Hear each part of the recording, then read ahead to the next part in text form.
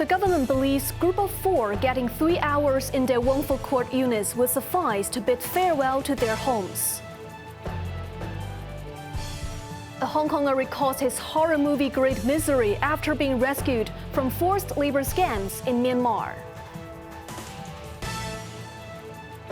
And 1 month into the Iran conflict, Tehran strikes back after Israel bombs its nuclear site, injuring at least 12 American soldiers.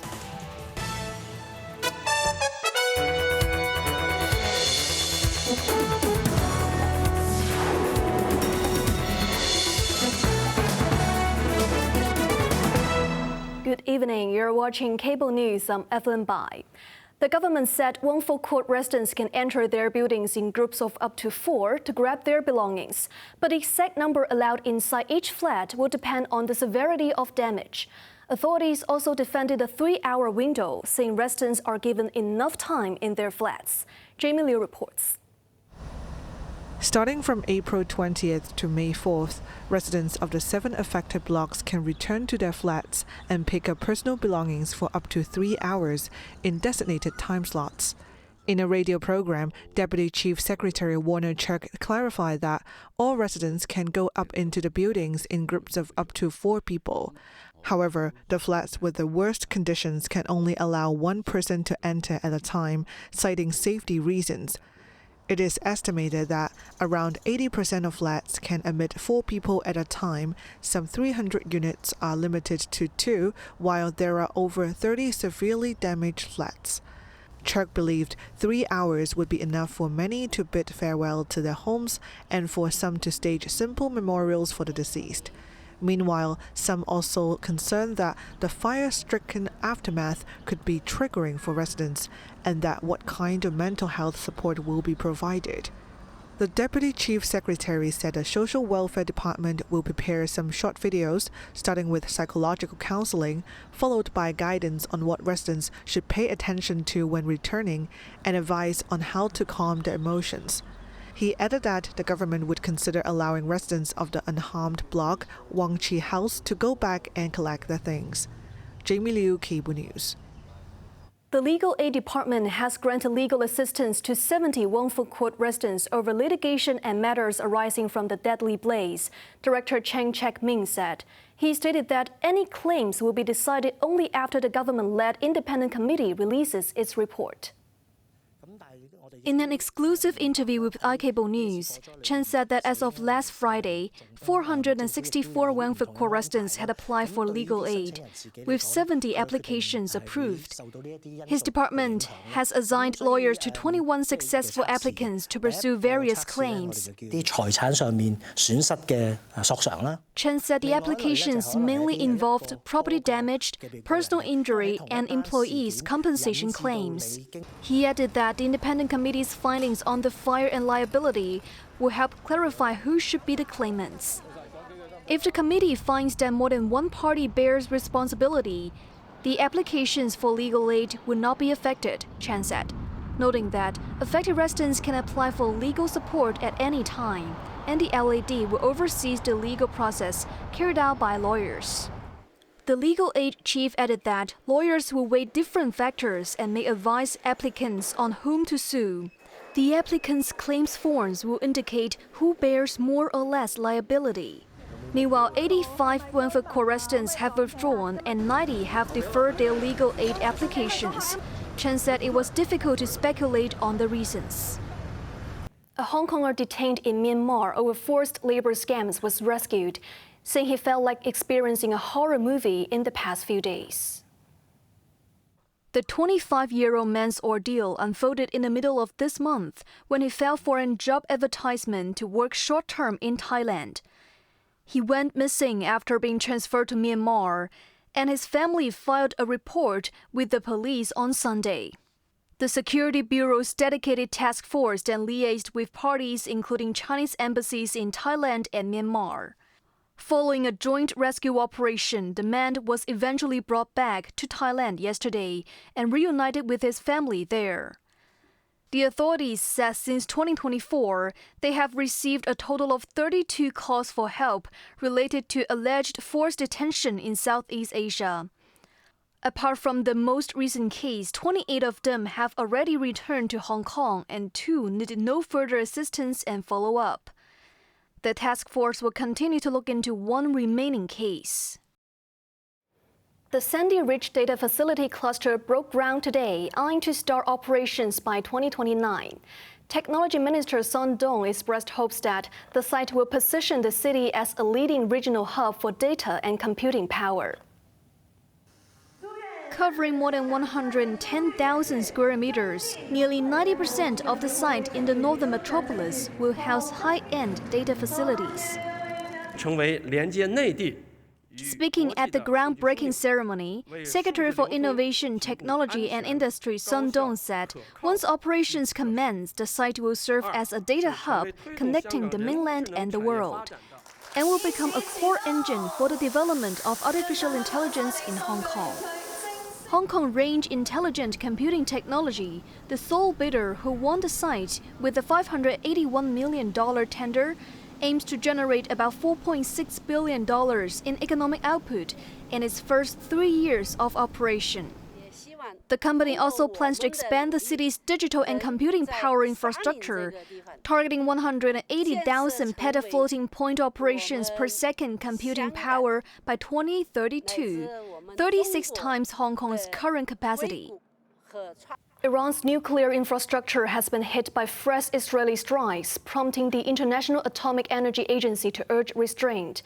Tehran accused the United States of breaking a promised halt in attacks and retaliated on a U.S.-based airbase in Saudi Arabia, injuring 12 American soldiers. Washington, however, said its campaign was nearing its objectives. Kunting Yang reports. Israeli warplanes pounded 2 key Iranian nuclear facilities overnight, targeting the heavy water reactor at Arak in central Iran and a uranium enrichment plant in Yazd. The Israeli forces confirmed deliberately struck the sites to block Iran's nuclear capability. Iranian media also reported strikes on 2 steel plants in Isfahan and explosions in the capital Tehran. The UN nuclear watchdog confirmed no radiation increase near the damaged sites and again called for military restraint to avert a potential nuclear incident. Iranian Foreign Minister Abbas Araghchi accused Washington of bad faith, saying the attacks contradicted Trump's extended deadline for diplomacy, while vowing to exact a heavy price for what he termed Israeli crimes. In a sharp escalation, Iran launched a combined missile and drone assault on Prince Sultan Air Base in Saudi Arabia, wounding at least 12 U.S. troops, including 2 critically, U.S. officials told media.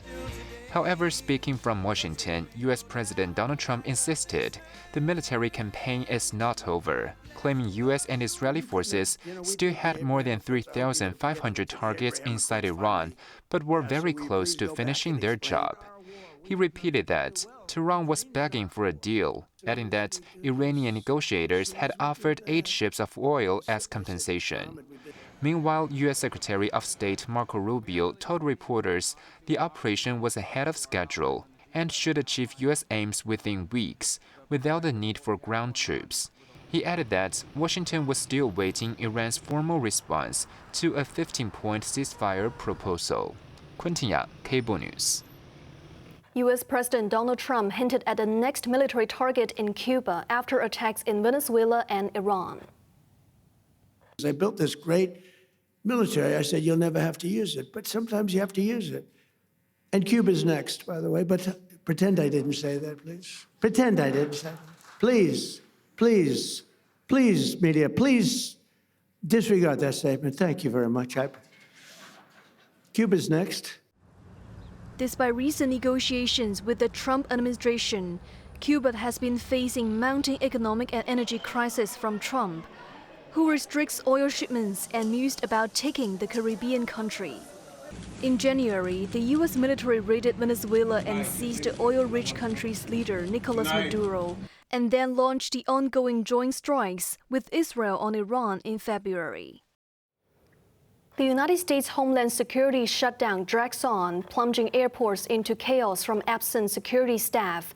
With Congress deadlocked on funding, President Donald Trump signed a memo declaring an emergency to redirect cash and pay furloughed workers. Best Learn reports. At America's busiest Hartsfield-Jackson Atlanta Airport, immigration and customs enforcement officers pitched in to check identity documents as throngs of passengers queue endlessly at check-in counters, lining up for almost 4 hours just to clear security. The Homeland Security partial shutdown has dragged on for over 40 days, leaving 50,000 Transportation Security Administration screeners unpaid and spiking absenteeism to 40% at some airports. JFK, Baltimore, Houston, and others saw over a third of staff missing. The Senate once passed a bill funding Homeland Security, which pointedly excluded ICE spending, but is stalled in the House. Speaker Mike Johnson declared Republicans would not back any bill weakening immigration enforcement, proposing a temporary funding alternative instead, in which a 60-day funding lifeline for all of Homeland Security was passed by 213 votes to 203, now headed back to the Senate. With many senators gone from Washington and the Congress facing a 2-week recess, a bipartisan deal looks unlikely soon. Locked in a funding stalemate, President Trump signed a memo directing Homeland Security Chief Markwin Mullen and the Office of Management and Budget to tap reasonable funds, potentially paying screeners as early as Monday. Best Learn Cable News. American golf legend Tiger Woods was arrested Friday afternoon on a driving under the influence charge after his SUV clipped a truck near his Florida home. Kun Ting-yang tells us more. Police said the 50-year-old former road number 1 lost control of his vehicle while trying to speed past a turning sanitation truck. His car hit the truck's rear, flipped onto its side, and came to a stop off the roadside. Woods managed to climb out of the wreckage unaided, and no one was hurt. According to the Martin County Sheriff's Office, Woods appeared drowsy and disoriented at the scene. While he passed a breathalyzer test, Woods refused to submit to a urine test, which under Florida law resulted in an automatic DUI charge. We really weren't suspicious of alcohol being involved in this case, and that proved to be true at the jail. So Mr. Woods did a breathalyzer test, blew triple zeros, but when it came time for us to ask for a urinalysis test, he refused. In addition, Woods was also charged with property damage and refusal to submit to a lawful test, all misdemeanors. He was booked at the Martin County Jail and later released. It marks Woods' second DUI arrest since 2017. The 15-time major champion has battled multiple injuries and surgeries in recent years, including a 2021 crash in California that nearly cost him a leg. U.S. President Donald Trump, a longtime friend of Woods, said he was saddened by the accident, calling the golfer a good man going through tough times. Kun Ting-yang, Cable News.